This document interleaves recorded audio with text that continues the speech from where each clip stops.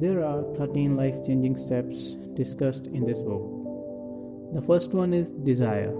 The desire discussed here is not simply wishing but an intense, burning obsession which must be coupled with both a plan and persistence in sticking to the plan. It presents a 6-part method to ensure that this is the type of desire you are stating with. First, fix in your mind the exact amount of money you desire. Determine exactly what you intend to give for this money. Third, establish a definite date by which you intend to acquire this money. Fourth, create a definite plan to acquire the money and take the first step immediately. Fifth step, put the 4 items above into a clear, concise sentence describing each part. Read the statement aloud twice daily, in the morning and at the night. The principle in it is to transform into its physical equivalent. This is the beginning of the key principle of the book, that the subconscious mind acts beneath the surface to accomplish what it is directed to accomplish. The second step is faith. The book attributes both good and ill fortune to this practice. In other words, someone who lets himself believe negative things has communicated to his subconscious to act upon those negative beliefs and translate them into reality.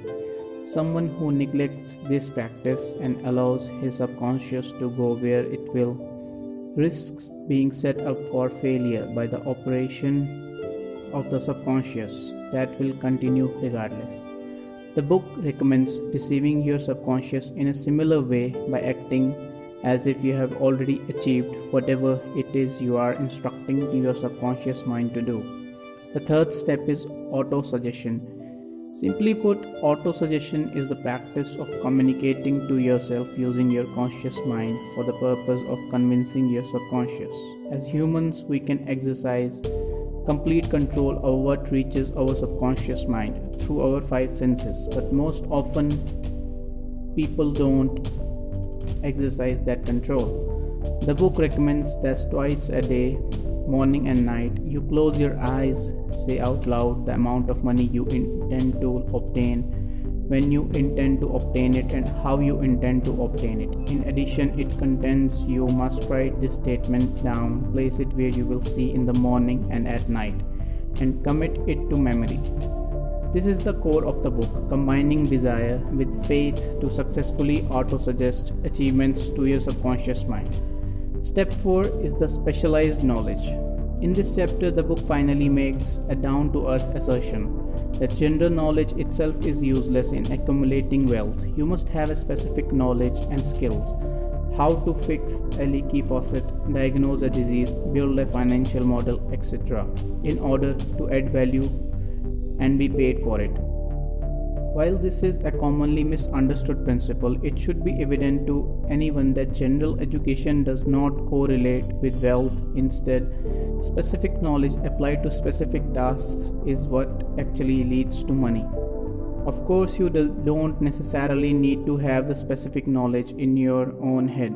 You could also simply make sure to have access to those who do. However, you gain access to specialized knowledge. The application of the imagination to that knowledge is what leads to the ideas that in turn lead to wealth. The 5th step is imagination. Mr. Hill separates imagination in 2 conceptual types: synthetic imagination, which simply rearranges existing ideas into new concepts, and creative imagination, which creates something out from nothing. Transforming desire into money requires specific plans, which come out most often through synthetic imagination. The author scoffs at the idea that riches come from hard work. More often, he contends riches of great quantity have come in response to definite demands, based upon the application of definite principles. When a creator of idea and a seller of idea got together and worked in harmony, the ideas that come from imagination are the forces that cause things to come into being. You must add imagination to specialized knowledge to grow rich. The 6th step is organized planning. The 6th step toward riches requires an alliance with a group of people for the purpose of carrying out your plans. To succeed, you must be sure to compensate these individuals in some manner. Meet with them at least twice a week and maintain harmony with each individual in the group. Faultless plans are essential for growing of riches, and the only abilities and imaginations of multiple individuals will allow the creation of plans that are perfect or as near so as possible. This process of planning must be continuous and persistent. Since failure will often come before success, despite your best efforts, you must select individuals who are likewise persistent. In addition, you must develop the qualities of a leader if you expect to lead such individuals in any endeavor. The seventh step is decision. However, one cause of failure stood out in the book above all others in his analysis of successful and unsuccessful people: the lack of decision. It claims that without exception, all successful people have the habit of making decisions promptly and of changing them slowly. People who have no desire of their own are heavily influenced by the opinions of others and are not likely to succeed. Great accomplishments come from courageous decisions. The ability to decide quickly comes from knowing what is you want, and it is that ability that defines leaders. As the author states, the world has habit of making room for man whose words and actions show that he knows where he is going. The eighth step is persistence.